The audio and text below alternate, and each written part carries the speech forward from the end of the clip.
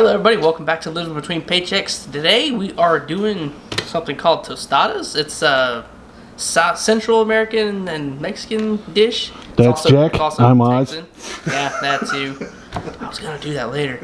But in some places in Central North America, it's a side dish, and in others, it's the actual main course. Here in this part of Texas, it's actually the main course. But anyway, I'm going to show you how to make it, so let's get into it. Okay, so this is pretty crazy looking, but it's easy. Basically, all you need is the corn tortillas and beans, right? Yes. And that's everything else is optional. Refried beans, if you get the kind that don't have lard in them, which is slightly more expensive, can be considered vegetarian.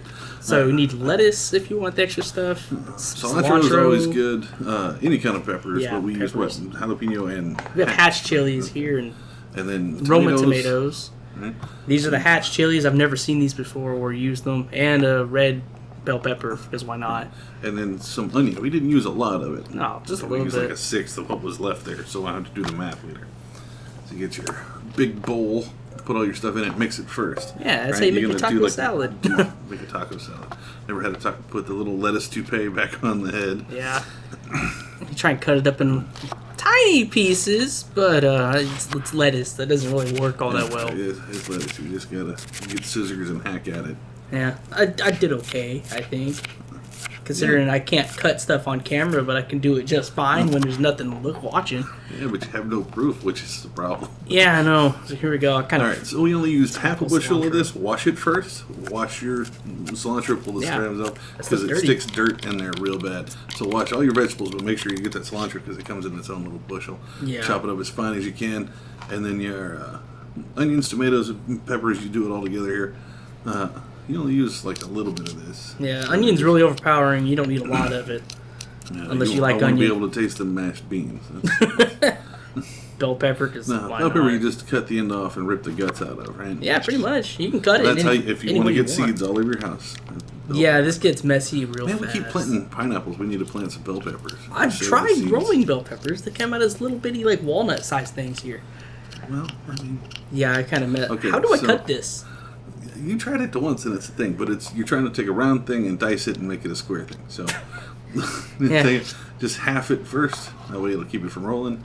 And then slice it one way, as thin as you want, and then put it back together and slice it again. Yeah, I tried and failed. I ended up making large tomato chunks off camera. And then you just pour it all together in here and then toss it. I didn't record it, but I tossed it with some tongs. Yeah, because we'll get demonetized for tossing stuff.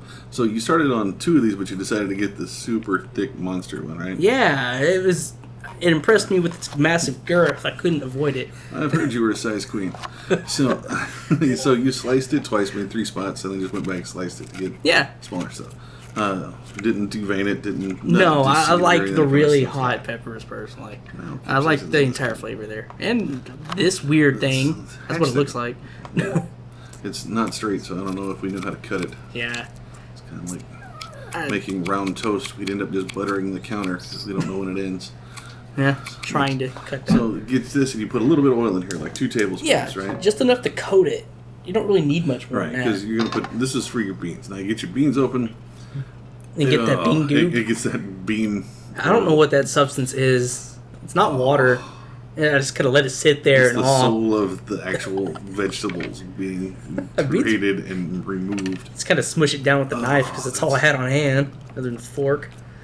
That's so funky. But it warmed up. I was worried that it wasn't going to actually do that. It actually melt down. I thought it was just going to be warm goops. Yeah. You can also doctor it over here. This is like chili powder, peppers, salt, whatever. Mind you, this is after about 4 or 5 minutes. Yeah, it just makes warm clumps. Yeah, it turns into a cream after a while. That's actually what you want. Yeah, if it's clumpy, it's not done. You don't want your fire too high, so you want to put it about a medium and then let it sit. It took like 10-15 minutes. Yeah, it was a slow-ish process. It's a lot of garlic powder. And there's never enough. You got to make sure it keeps stirring, or it's gonna. It'll burn. Lower the fire. Easy, and burnt refried beans are horrible. Yeah, it's not very good. It gets a little crunchy. So here is creamy. Oh, and it's blowing bubbles and. Yeah, the bubbles a little disconcerting. I grew up around cattle, man. I can't watch too much of this. When it gets to this stage, turn the heat down. and pull it and off. let it go. Now, this next part is how you make the tostada. You get some oil. You can put like a quarter cup of oil in here. Let it heat up in this cast iron thing. Yep. Now, I looked out. This cast iron actually fits these corn tortillas here. Almost perfectly. Almost perfectly. So they don't have to chase them around or use a whole lot of extra oil. Yeah. So you take it. We put it at medium high to almost high. Yeah, you want your oil to actually have a high temperature here. Yeah. Don't set it in before it's in there. You can test it before, see how it bubbles. Yeah. Now it takes a couple of minutes to let it sit here and do this. At first it did. Yeah. Well, we've done this before when we did our first tacos. Yeah. Whenever you can take them and bend them in half when they're half cooked, and it makes a hard shell. This sped up part here is just over a minute and 17 seconds long, I believe. Right. And we let it cook, get it brown on the edges, kind of mash it down with our spicy tongs. When you pick it up and it's kind of solid, it's done. That's what's on Mostly. my Tinder profile. Put on your magic weapon. Yeah, your secret weapon. Yeah. Now this one cooked a lot faster. I don't know why. Maybe the oil was higher temperature. Well, it was proper temperature by this time. Yeah, that's most likely the case. It also didn't come out burned or anything. Yeah, it wasn't dark brown. Now you did a plating on how to do this. Yeah. Right? So you get all the stuff mixed. You know, there's still some big clumps in there. You don't have to worry about that. And we put their cheese. Cheese is again very optional. We're trying to keep it as vegetarian as possible with their lumpy. There's so much refried beans. A friend of mine, Andres, shout out to him. He always told me, he's like, you know why white people don't have refried beans? So why? He goes, you cook them right the first time. Refried beans are a mistake. Is that what I'm getting at? That's what he said. Now, this is outstanding. Now, you only put a little bit of cheese on this. I'd put a little bit of beans and a lot of cheese on mine. Yeah, I would normally put the cheese in it while I'm cooking these big pieces.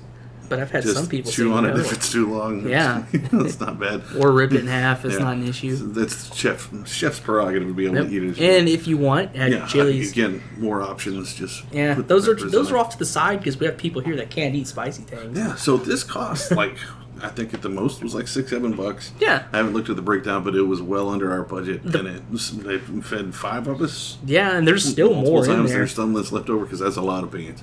Yeah. But it was really good, super easy. Like the only real cooking was heating up the beans and frying the everything. Tostada thing. So as far as I know, you can eat the beans raw out of the can. I mean, it's already cooked. No. Oh, don't recommend it. Up? No, nope.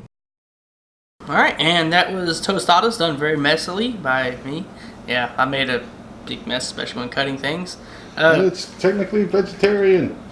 Yeah, are beans vegetarian? It's a fucking bean. It grows on a plant. Like if you harvesting beans from an animal, something's wrong with your animal.